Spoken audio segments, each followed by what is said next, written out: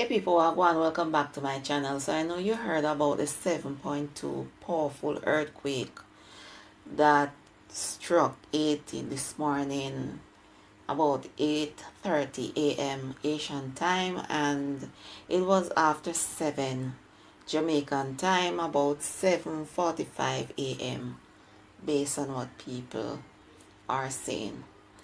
I was in the market. I went to the market really early to buy fruits and vegetables and ground provisions and fresh herbs and all of them something there. I was about to leave the market at that time as well. So I was, doing a lot of movements. So I did not, you know, feel the earthquake. I did not feel a thing. When I returned home, that's when I heard about the earthquake. And no one in my house felt it because they were sleeping. So about 30 minutes after returning home, I was preparing breakfast and I heard zoo, zoo, zoo, zoo, zoo, zoo, zoo, zoo, zoo, zoo, zoo, something to that effect.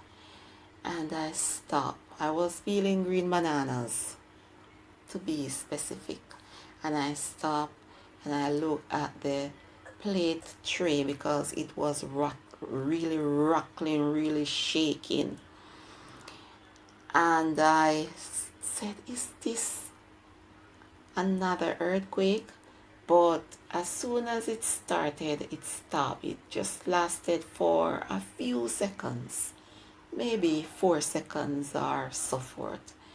And it wasn't powerful, but it was powerful enough to shake the plate tray and so forth. And I heard the sound. It has a rumbling, that kind of rumbling sound to the effect. Okay, so it stopped and I continue peeling the banana to lick the stove again and start cooking. Lo and behold, the sound started again. The pot on the stove starts to shake again. I had to turn the stove off again.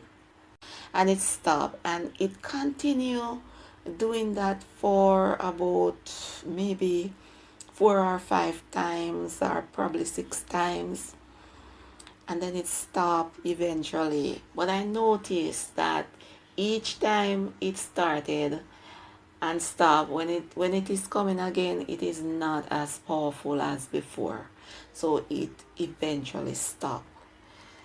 Oh my God, I am in Jamaica, so I can't imagine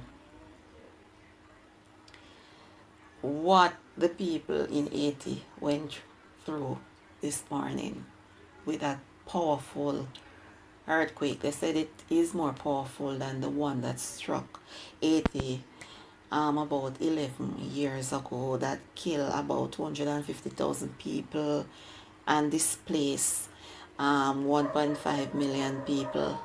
They say that this one is more powerful, and so far they are saying that the death from the earthquake for this one is like 304 people so far. It can go up.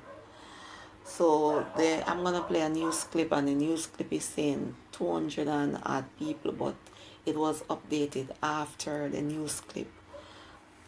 So it's like 304 people now, and it can go up. Hopefully not.